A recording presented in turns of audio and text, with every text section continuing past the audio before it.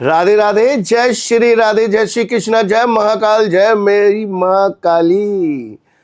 मेरे प्यारे भाइयों बहनों और प्रिय प्रिय बुजुर्गों, मैं संजीव ठाकुर। मैं साक्षी ठाकुर। अवश्य ही और अवश्य ही आज बहुत महत्वपूर्ण हस्ती, मैं कहता हूँ कि ऐसी माता रानी, मतलब साक्षात माँ का रूप हमारे ऑफिस में आई हैं। आज मैं पॉडकास्ट करने जा रहा हूँ ऐसी माँ का रूप, मतलब मैं इनसे मिल के मेस्मराइज हो गया हूँ बिल्कुल ही, कि इतनी छोटी सी उम्र में इस बच्ची में इतना ज्ञान ध्यान, और ज्ञान ध्यान के साथ साथ इतना ऊंचा पद होने के बाद भी कैसे ये बच्ची इतनी डाउन टू अर्थ कैसे है। मतलब मैं खुद हैरान हूं। घमंड इस बच्ची को छू नहीं पाया है। नाम इस बच्ची ने छोटी सी उम्र में इतना बड़ा कर लिया, वो भी अपने दम पर। तो अवश्य ही और अवश्य ही इतनी ऊंची उड़ान भरने वाली इस चिड़िया को मैं क्या नाम दूं, और मैं क्या बोलूं इस चिड़िया के बारे में, इस प्यारी बच्ची के बारे में। मेरी भी आत्मा से ये निकला है बहुत ही प्यार से कि मेरी बच्ची भी ऐसी ही उड़ान भरे और हर घर में ऐसी बच्ची पैदा हो जो अपने दम पे इतनी ऊंची उड़ान उड़े कि चील भी शर्मा जाए इसकी उड़ान से। वाह, क्या बात! क्या मैं बोलूं, क्या मैं शब्द दूं, मतलब मेरे पास शब्द कम रह गए हैं। इतनी प्यारी बच्ची से मिलके मेरे आंखों में मेरे आंसू आ गए। इस बच्ची से मिलके बाप विभोर हो गया हूं, मुझसे बोला नहीं जा रहा है। बहुत प्यारी बच्ची है, मतलब जब से यहाँ आई है सबका ध्यान रख रही है।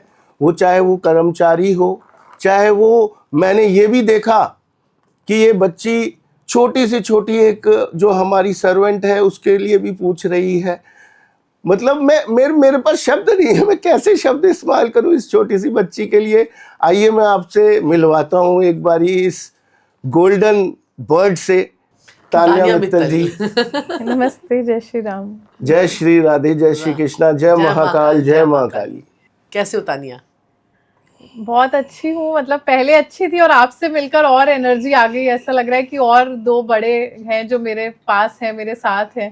वरना मतलब इस उम्र में जब बहुत जल्दी सफलता मिलती है तो आपको ऐसे लोग बहुत कम मिलते हैं जो आपका मार्गदर्शन करें। बिल्कुल। और आप लोग का भी स्वभाव उतना ही सिंपल है, उतना ही अच्छा है। तो इन पर्सन मिलके तो मुझे और भी अच्छा लग रहा है। ऐसा लग रहा है मेरी फैमिली और बड़ी हो गई है।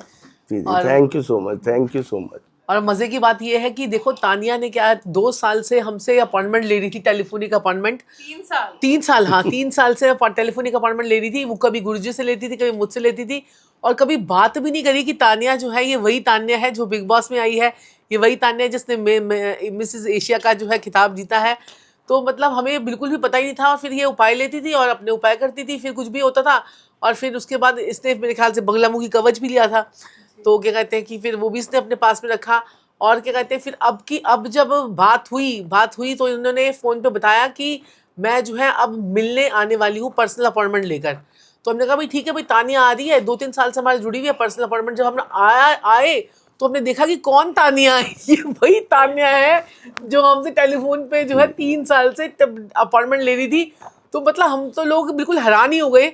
तो मतलब ऐसा हुआ कि कहते हैं हमारा स्टाफ भी हैरान हो गया, अब हम लोग भी हैरान हो गए कि चलो वाओ, क्या मतलब मजा ही आ गया।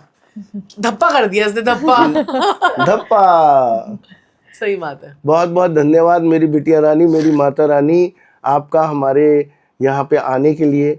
मैं पॉडकास्ट नहीं बोलूँगा इसको, बिल्कुल भी नहीं बोलूँगा, क्योंकि ये एक कह सकते हैं कि एक साक्षात शक्ति से आज हम मिल रहे हैं, एक माता रानी से हम मिल रहे हैं।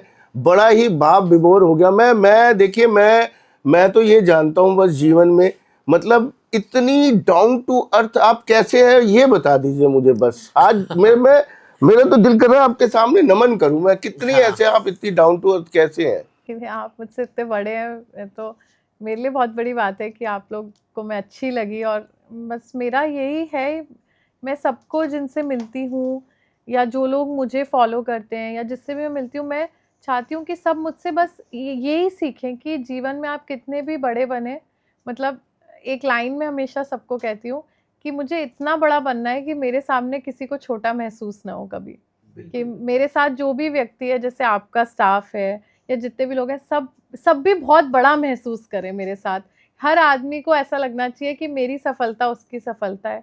यही मेरा जीवन है और मैं यही चाहती हूँ कि ऐसा ही मैं मेरे को रुपए, पैसे, नाम का कोई लालच नहीं है, बस मैं चाहती हूँ कि मैं बहुत अच्छे इंसान की तरह याद करी जाऊँ। पहले तो मैं सबको बताना चाहती हूँ कि देखिए, मैंने तान्या की हम कुंडली तो 3 साल से देखते आ ही रहे थे और तान्या ने उपाय भी किए, तो क्या कहते हैं कि उपायों का असर कैसा लगा तुम्हें? नहीं, उपाय तो बहुत सिंपल होते हैं और उनका जादू भी बहुत सिंपल होता है कि जैसे एकदम से घर से उठा के टीवी में पहुंचा दिया। हाँ। बल्कि मतलब बिग बॉस मैंने कोई ऑडिशन भी नहीं दिया है, कुछ भी नहीं दिया था, एकदम ही एक दिन फोन आया है। और मतलब आपको तो पता है मैं बिजनेस करती थी, इतने साल से बिजनेस बिजनेस कर कर रही रहे थे। हाँ, हूँ, तो वैसे कम लोग को पता था। तो फैक्ट्री से एकदम फोन आया और एकदम बॉम्बे, मैं कभी जिंदगी में मतलब 3-4 बार गई थी और फिल्म इंडस्ट्री और फिल्म सिटी तो कभी पैर ही नहीं रखा था, और सीधा पैर रखा तो बिग बॉस बिग में बॉस और में। सलमान सर के पास। तो मतलब मुझे लगता है कि ये कोई आपकी कृपा या क्या था, मैं ये जादू मैं भी नहीं समझ पाई हूँ, इसीलिए यहाँ बैठी हूँ। तो जादू से तुम्हें बुला भी लिया है।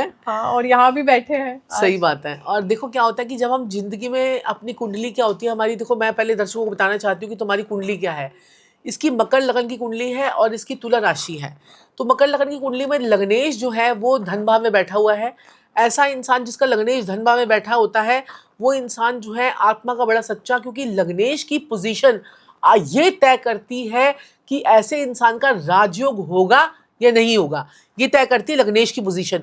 अगर आपका लग्नेश जो है वो सेकंड हाउस में बैठा हुआ है या आपके अच्छे भावों में बैठा हुआ है या 11वें भाव में बैठा है, चौथे भाव में बैठा है, किस्मत में बैठा है, ऐसे इंसान जो है वो मौके पे चौका उसका लगता है और उसके जीवन में एकदम से गोल्डन अपॉर्चुनिटी जो है वो आती है। अब लग्नेश की महादशा ऊपर से लग जाए, सपोज कीजिए आपका लग्नेश एक तो धन भाव में बैठा हुआ, उसके बाद उसके शनि की महादशा लग जाए, तो ये अपने आप में सोने में सुहागा। तो ये आपको 19 साल शनि 2019 से लगी है, ये अभी बहुत साल बाकी हैं। शनि धीरे धीरे देता है, शनि देता है, लेकिन वो जब देता है तो छप्पड़ फाड़ कर देता है।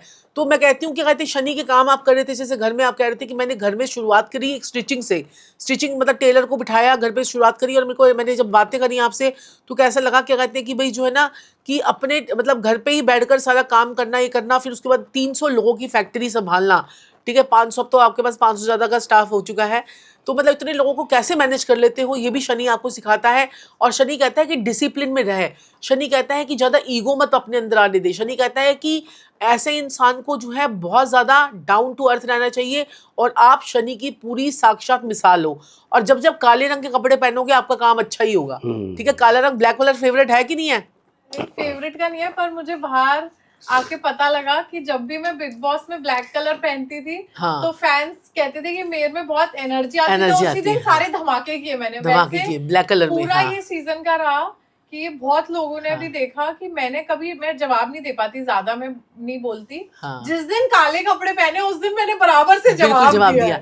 क्योंकि शनि जो है वो सेकंड हाउस में क्या करता है कि ये इंसान की जो है ना, इसको सेकंड हाउस में शनि है आपका और 11वें घर का गुरु, ये इंसान को लिमिटलेस पैसा देता है, मतलब इतना जबरदस्त एक प्रकार का अपने आप में ये राजयोग है।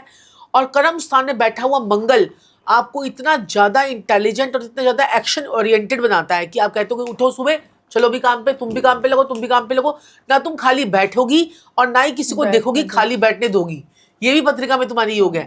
लेकिन जो चंद्र राहु बैठे हुए ना, चंद्र राहु का मतलब होता है कि चंद्र राहु इमोशंस का समुंदर, वो भी तुम्हारे कर्म स्थान में बैठा हुआ है, तो तुम्हारे को कर्म स्थान पे बहुत ज़्यादा लोग कंपटीशन के लिए बैठे होंगे और बहुत तुमसे लोग जेलसी भी करेंगे और तुमको जज भी करेंगे, तो ये सारी चीज़ें आती हैं।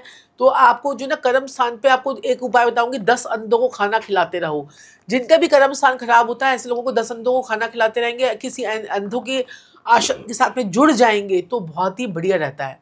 तो ये आपको काम करना है। 11वें भाव में बृहस्पति बहुत अच्छा है, दूसरे घर में शनि बहुत अच्छा है, चौथे घर में केतु मन में सेटिस्फेक्शन नहीं लाने देता, मन को लगता है ये भी करना है, वो भी करना है, वो भी करना है, वो भी करना है, सेटिस्फेक्शन नहीं होती। आप एक चीज़ को लेकर आप कहोगे फैक्ट्री खोल के सेटिस्फाइड नहीं होगे, आप कहोगे मुझे भाई इंडस्ट्री में भी जाना है, मुझे वेब सीरीज़ भी करनी है, मुझे ये भी करना है, मुझे हीरोइन भी बनना है, तो ये सारे आपके मल्टीपल चीज़ें जो है चलती रहेंगी।